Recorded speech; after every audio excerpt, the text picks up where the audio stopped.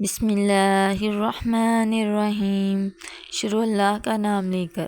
جو بڑا مہربان نہایت رحم کرنے والا ہے۔ السلام علیکم ورحمۃ اللہ وبرکاتہ۔ حضرت جابر بن عبداللہ رضی اللہ تعالیٰ عنہ کہتے ہیں کہ رسول اللہ صلی اللہ علیہ وآلہ وسلم نے فرمایا،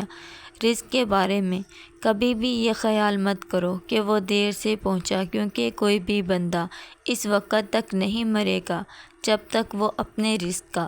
آخری لقمہ نہ کھا لے۔ اس لیے مانگنے میں اچھا طریقہ اختیار کرو، حلال لو، حرام چھوڑ دو۔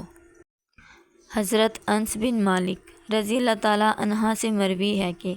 رسول اللہ صلی اللہ علیہ وآلہ وسلم نے فرمایا، کسی شخص کے عمل کو دیکھ کر خوش نہ ہو جاؤ جب تک تم اس کا خاتمہ نہ دیکھ لو، کیونکہ عمل کرنے والا ایک طویل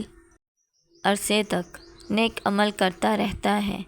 کہ اگر اسی عمل پر مر جائے تو جنت میں داخل ہو جائے، پھر اچانک وہ برے عمل کرنا شروع کر دیتا ہے، اور کوئی شخص طویل عرصے برے عمل کرتا رہتا ہے کہ اگر اسی عمل پر مر جائے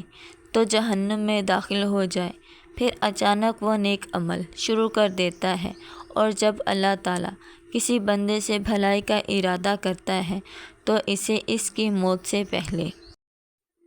استعمال کر لیتا ہے،